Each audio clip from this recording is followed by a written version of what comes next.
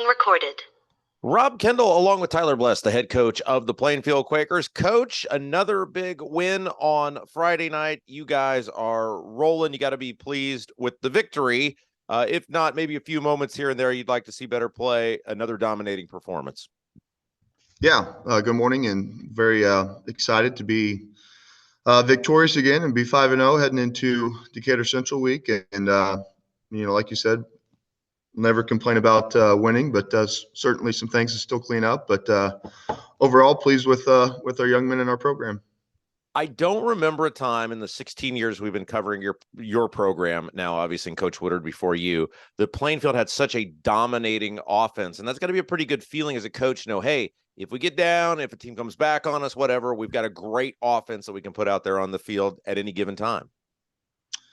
Yeah, I mean, certainly we've got a lot of weapons on offense and got a very strong, experienced offensive line, and kind of shot ourselves in the foot early in the first quarter and the first drive. And I think we had 5 penalties on that very first drive, and we were still able to move the ball and kind of take some time off the clock. It didn't end in points, but I think we found our groove. And in the next series, we got a score from Luke, and then a little bit of it was a kind of a back and forth between us, and then we were able to separate and dominate in the second half. So that was very, very pleasing to see.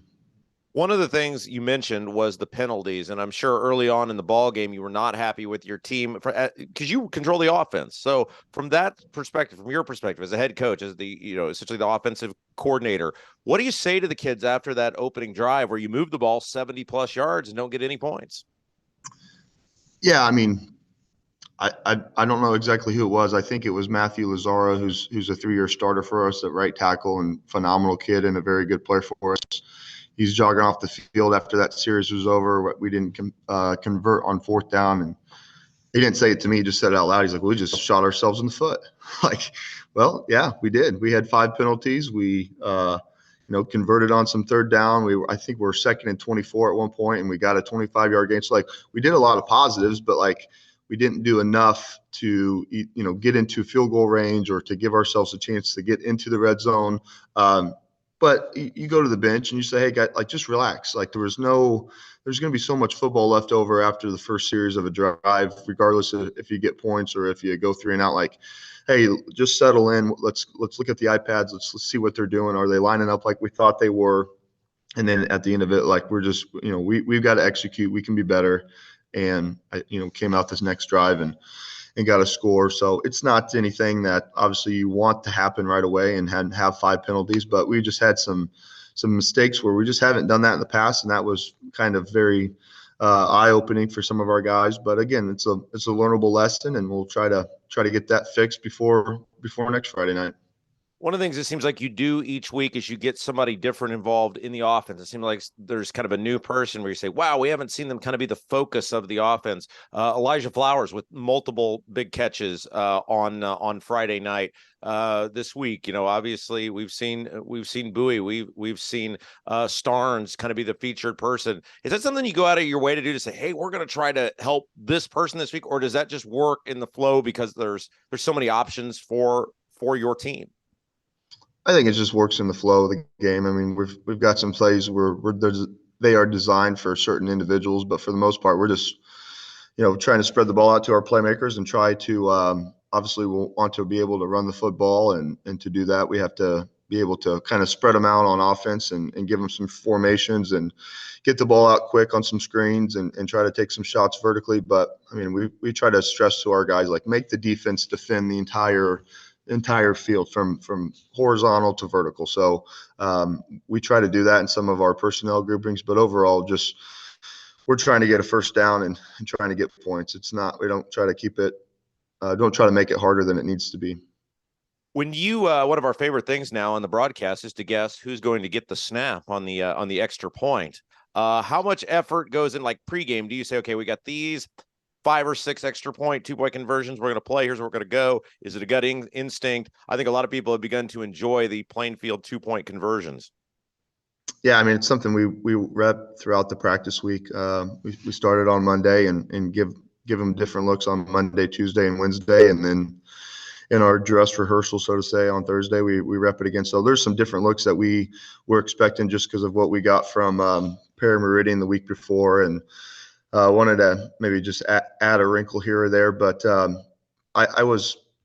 I know we got a couple of them. We failed on a few. We fumbled a snap on the very first one. I think Marcos tried to reach in the last time and got hit from the side and fumbled. So I was happy that we were able to convert some of those, but I think we can clean that up and be better for next week. But again, it's not like we're just going out there and guessing like, hey, let's just call this one, see how it goes. We're trying to be very situation smart about, okay, here's the numbers, here's where we need to try to steal 2 points versus their PAT alignment.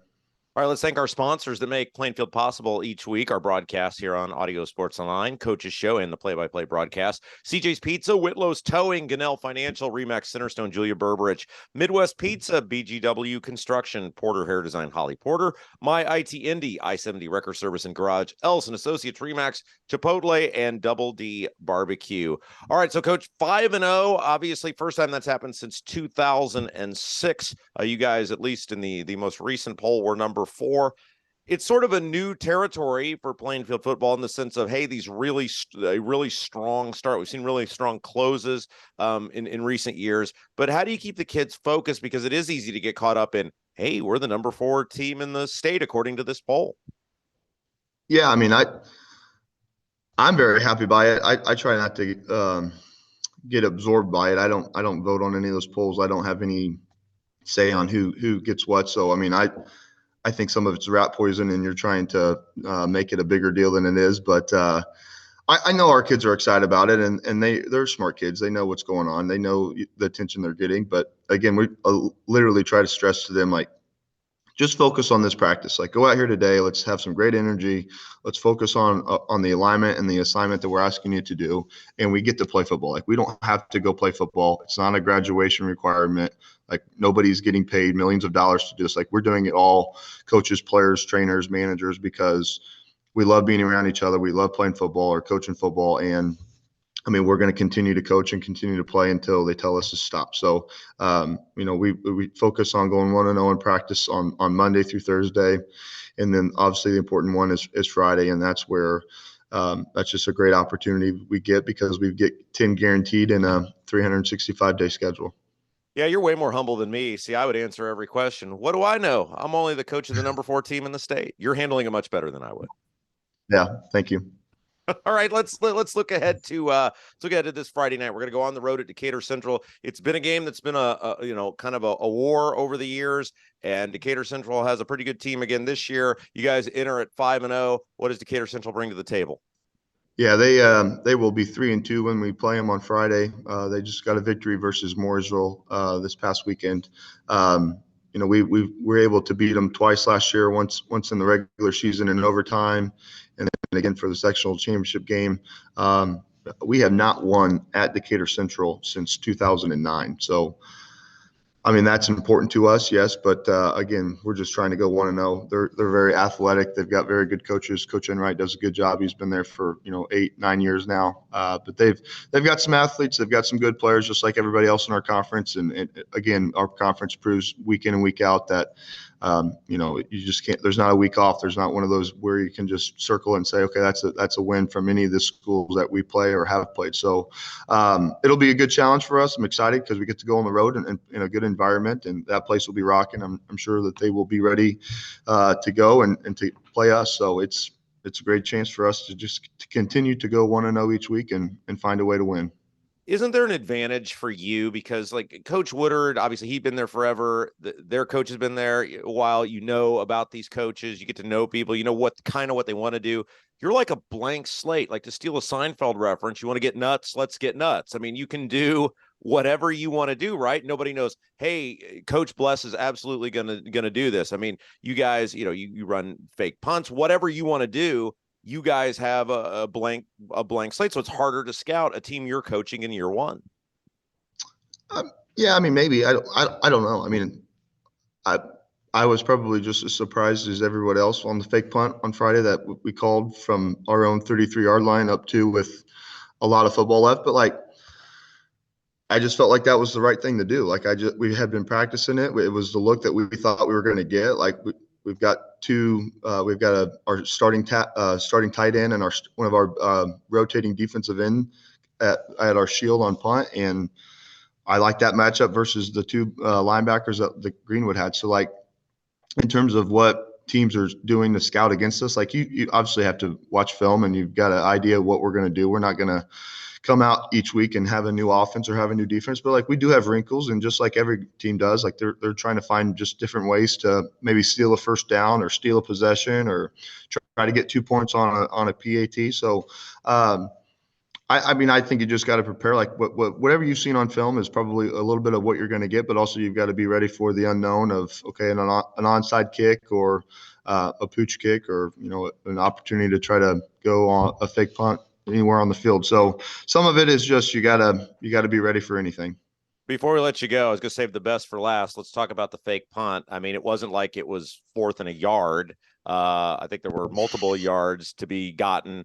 How long does it take you to make that call? When you make that call in the headset, is somebody like, coach, are you feeling okay? What, just kind of, you can take us behind the scenes on how, I'm not asking you to give away the secret sauce, Sure. but how does that work?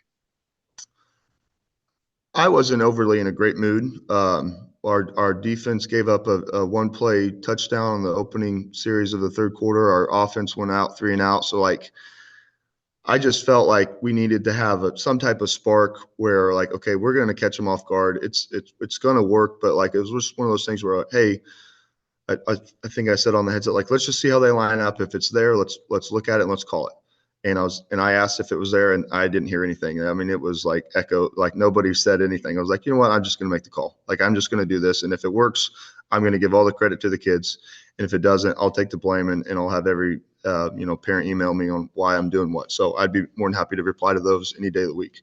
But it was just one of those things where it was a kind of a gut reaction of like, we need to find ways to get points, and we need to get this picked up on. I know it was 4th and 10, but like, I didn't ever think like in the negative, like, I don't think it's going to work. Like literally the look was there. It was just, we had to execute, and our kids executed it. And at the end of the day, like, you got to trust your players. So like, if you can't do that, then you probably shouldn't be coaching. I loved it. We were so happy it worked out for you. I said the show on Sunday will be so much more fun now that worked. Yeah, I mean, I'm glad. I mean, obviously, I'm very excited that it worked, and we were able to get points. And then, our defense buckled up, and they didn't score the rest of the game. So, our kids handled it well.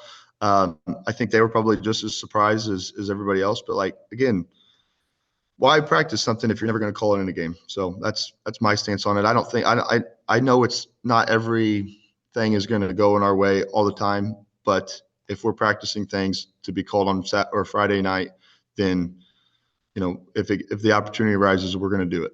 I agree. I spent 15 years trying to get Woodard to run a Statue of Liberty play, and he would never do it. So now I feel like I have a coach I can actually send some crazy, chaotic, little Giants type plays over to. So I'm very excited. There you go. Yeah. We'll just add it to the add it to the suggestion box. Absolutely. Before we let you go, as we close every show, somebody behind the scenes who makes Plainfield football what it is, who doesn't always get a lot of credit. This is an individual person, and really it's a family. Kevin Salone, who's been here since 2006 with Coach Woodard. Him and his wife Nakia just celebrated the wedding of their youngest daughter, Alyssa. Alyssa and Cole got married last night. So congratulations to them. Congratulations to Kevin and Nakia. But Coach Salone worked ahead all week long on Decatur Central prep so that he could go to the rehearsal dinner on Thursday. His wife and his daughter were obviously more than willing to allow him to coach in the football game on Friday. But, he came in yesterday morning early and like, dude, like you can go, like, it's your daughter's wedding. Like, you don't need to be in the football building. Like, I know this is what you want to do. And I know that like the day's special, but I just have a ton of respect and love for him because of like, he knows what he has to do here at football, but also like it's a time for him to go celebrate, his daughter getting married. So just appreciative of the work that he puts in, and how much he's invested. He's not a teacher in our building. He's a lay coach, but I mean, just does a phenomenal job, just like all of our coaches. But I thought that was something that just stood out in my mind of, working ahead to get things done. So he wasn't scrambling this morning on Sunday before meetings. So congratulations to his daughter, and just have a ton of respect for Coach Sloan on what he does for our program. We're very fortunate to have him. Awesome. I love it. All right, Coach, let's get a big win on Friday. We'll look forward to talking to you about a 6-0 Plainfield squad. Good luck. We'll talk to you next week. All right. Thank you. Have a great week.